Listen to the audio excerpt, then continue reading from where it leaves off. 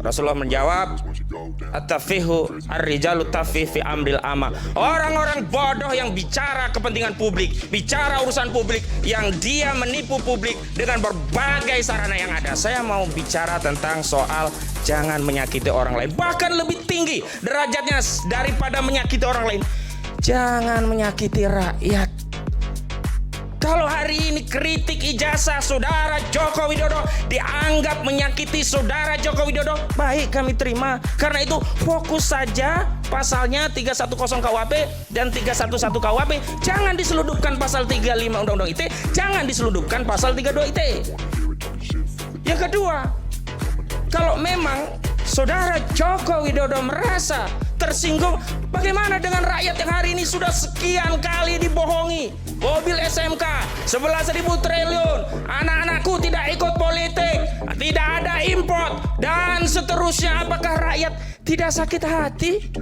Coba lihat ekonomi kita hari ini. Apakah dalam periode ini ada kebaikan di negeri ini sehingga rakyat boleh merasa bahagia? Kalau ada yang bahagia dengan alokasi anggaran dari saudara Joko Widodo, silakan. Tetapi hak rakyat juga kalau merasa terzolimi. Dan memang faktanya saya pun merasa terzolimi. Dan jangan katakan orang yang sedang berjuang melawan kezoliman, melawan kebohongan itu sebagai menyakiti. Harusnya bertanya, apa yang telah kau lakukan pada rakyatmu sehingga rakyatmu sakit?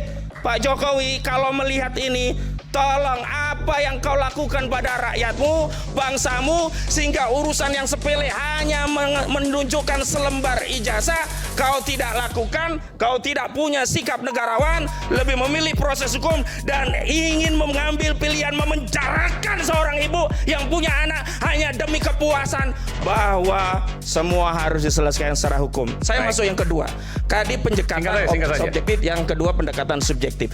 Sebenarnya pendekatan subjektif ini kekisruhan bisa selesai dengan subjektivitas seorang Joko Widodo, manakala dia punya sikap kebangsaan, kenegarawanan, melihat persoalan ini lebih besar dan aspek hukum bisa dikesampingkan karena ada persoalan moral, kepercayaan publik.